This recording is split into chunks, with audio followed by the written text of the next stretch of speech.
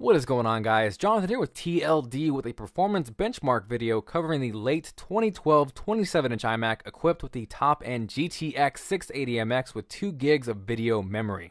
So, for this video, we're going to be doing a couple different things, one of which is enabling GPU or CUDA acceleration in After Effects CS6. Now, as a quick note, you do need to be running After Effects version 11.0.1 or higher in order to get this function to work.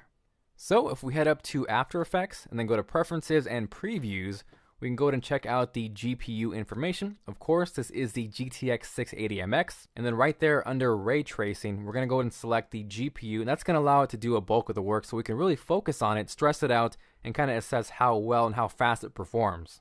Now, there are a few different steps in order to enable this. It's not going to work out of the box, so to speak, and I will give you guys a step-by-step guide on how to do that at the end of the video. But for now, I really want to focus on the actual benchmark, the numbers, for those of you guys who are just interested in sheer performance. So we'll go ahead and click OK, get out of this, OK again, and I'm going to go ahead and play this for you. This is the end result of the project, and it doesn't look that crazy or that taxing. It's just a little 5-second clip. But if you head over to the render queue, you can see it took about 9 minutes and 42 seconds to complete. Now, real quick, what you guys are seeing right here is a screenshot of the actual render taking place. If you head up to the top into iStat menus, that's what I use to monitor everything. You can see the RAM's really not being pushed, the CPU's really not being maxed out at all. But if you go down to the video card, you can see it's really being pushed to its limits. So what I did was run the exact same test on my 2012 Retin MacBook Pro that is equipped with a GT 650M with 1 gig of video memory, and it took nearly 3 times the amount of time to complete the exact same render as opposed to the iMac. Now, I did go ahead and run these multiple times just to ensure accuracy. The MacBook Pro was consistently just under 30 minutes, whereas the iMac was consistently just under 10 minutes, so there was a huge difference in performance for this test. Now, I will also be doing my best to bring you guys performance comparisons between the GTX 680MX that you guys see right here compared to the 675MX, which is actually the step down, and kind of really determine if it's worth the upgrade. So if you guys are looking forward to that, let me know by hitting that like button, and also make sure to subscribe so you don't miss out on that video. So if you guys came here solely for performance numbers and benchmarks, there you have it. You can see the iMac does perform extremely well, much better than the MacBook Pro in regards to 3D rendering as well as GPU acceleration. Now, if you happen to own an NVIDIA-based Mac with 1 gig of VRAM or higher, or maybe a Hackintosh with something similar, and you want to know how to enable GPU acceleration, let's go ahead and continue on to part 2. So, jumping over to part 2, quick shout out to Mike Gentilini Jr. over at vidmuse.com. Hopefully I did pronounce that right. He has a fantastic walkthrough on how to enable this, and he actually has the instructions that we'll need to complete this over on his website, and I'll have that linked down below.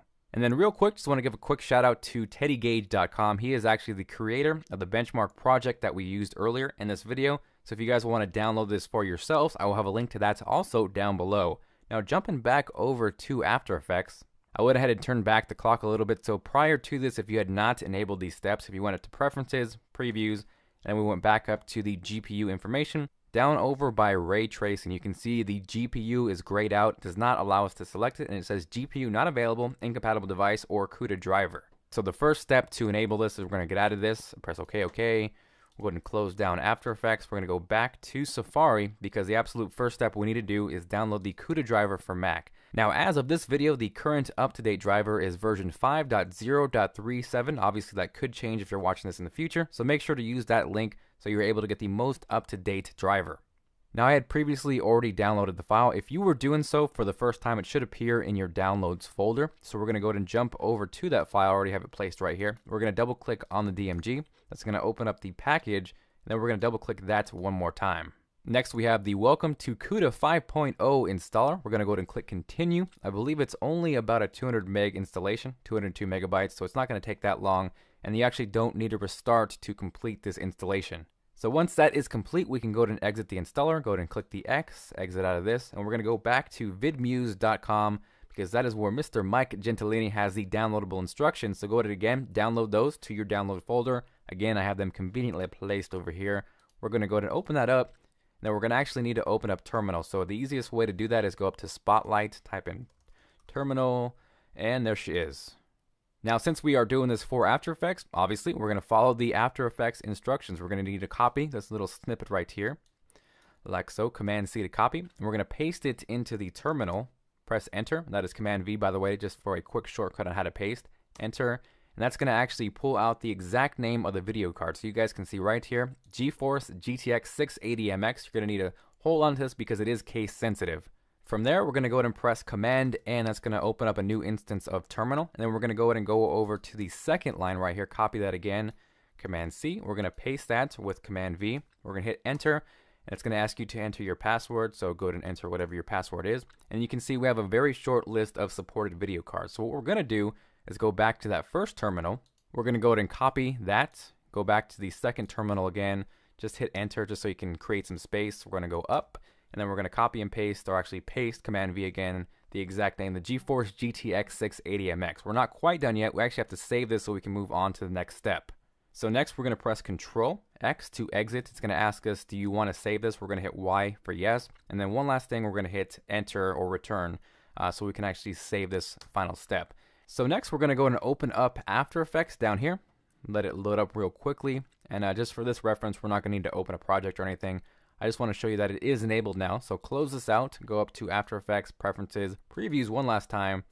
And if we go over to the GPU information, ray tracing, we can now select the GPU. So that's pretty much it. You are ready to go. Remember, not every Mac is going to work on this, but if you do have a latest gen Mac with NVIDIA card with 1 gig of video memory or more, you can do this and you can test this out yourself. So thank you guys for watching this video. If you did enjoy it, please make sure to hit that like button, favorite, all that good stuff does help the channel out.